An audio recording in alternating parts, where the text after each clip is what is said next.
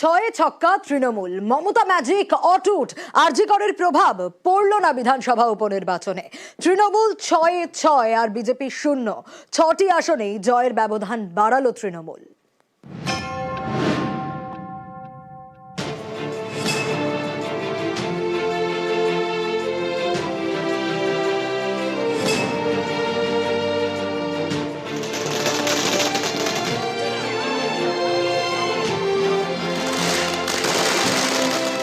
পশ্চিমবঙ্গে 6 বিধানসভা কেন্দ্রে উপনির্বাচন। শনিবার ইভিএম খুলতেই সবুজ ঝড়। ভোটের ফলেই স্পষ্ট আরজি করের কোনো প্রভাব পড়েনি এই উপনির্বাচনে।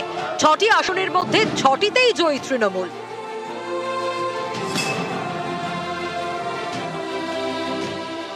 আলিপুরদুয়ারের মাদারিহাট 2016 থেকে এই আসনটি ছিল বিজেপির দখলে। এবার তা বিজেপির থেকে ছিনিয়ে নিল তৃণমূল। এই প্রথমবার মাদারিহাটে ফুটল ঘাসফুল। 21 বিধানসভা ভোটে মাদারিহাটে 29,885 ভোটে জয়ী হয় বিজেপি। 24 লোকসভা ভোটেও তারা এই আসনে 11,063 ভোটে এগিয়ে ছিল। এবার উপনির্বাচনে 28,168 ভোটের ব্যবধানে বিজেপিকে হারালো তৃণমূল। কোচবিহারের সিতাই এই আসন ছিল তৃণমূলের দখলে। উপনির্বাচনেও ঘাসফুলের দাপট, জয়ী হলেন সঙ্গীতা রায়। 21 বিধানসভা ভোটে সিতাই আসনে 10,112 ভোটে জেতে তৃণমূল। 24 লোকসভা নির্বাচনে তৃণমূল এগিয়েছিল 28,377 ভোটে। উপনির্বাচনে সেই ব্যবধান বেড়ে 1,30,636। উত্তর 24 পরগনার নৈহাটি এই আসনেও জয়ের ব্যবধান বাড়িয়েছে তৃণমূল। 21 বিধানসভা ভোটে নৈহাটি থেকে 18,855 ভোটে জেতে তৃণমূল। 24 লোকসভা ভোটে এগিয়ে ছিল 15,518 ভোটে। উপনির্বাচনে মার্জিন বাড়িয়ে 49,277 ভোটে জয়ী তৃণমূল। উত্তর 24 পরগনারই হারোয়া এই আসনেও ঘাসফুলের দাপট। 21 বিধানসভা ভোটে হারোয়া থেকে 80,978 ভোটে জেতে তৃণমূল।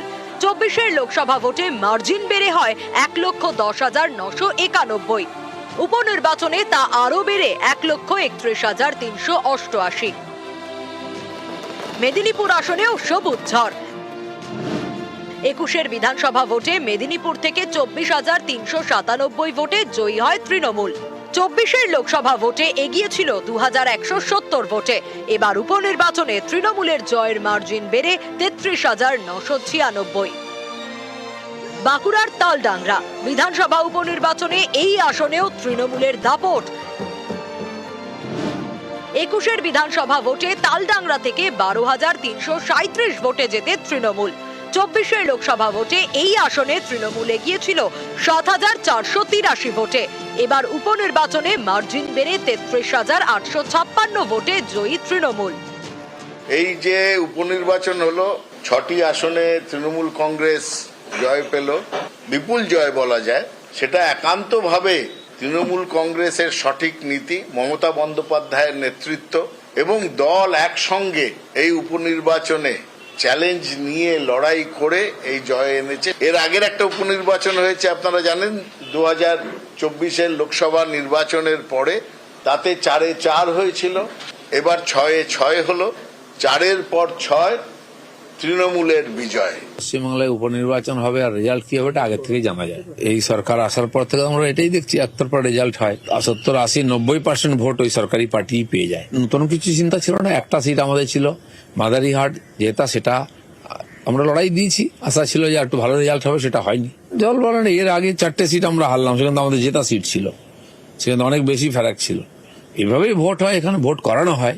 সরকার, তার পুলিশ, তার প্রশাসন, গুন্ডা, লোকে ভয়ে ভোট দিতে যায় না, একতরফা ভোট হয়। তো সেখানে অন্য কিছু আশা করা যায় না।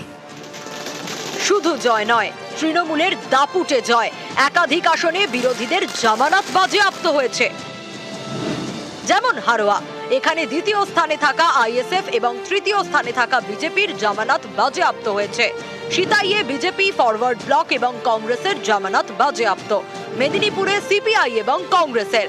মাদারিহাটে আরএসপি এবং কংগ্রেস প্রার্থীর জামানত বাজেয়াপ্ত। নিউজ 18 বাংলা।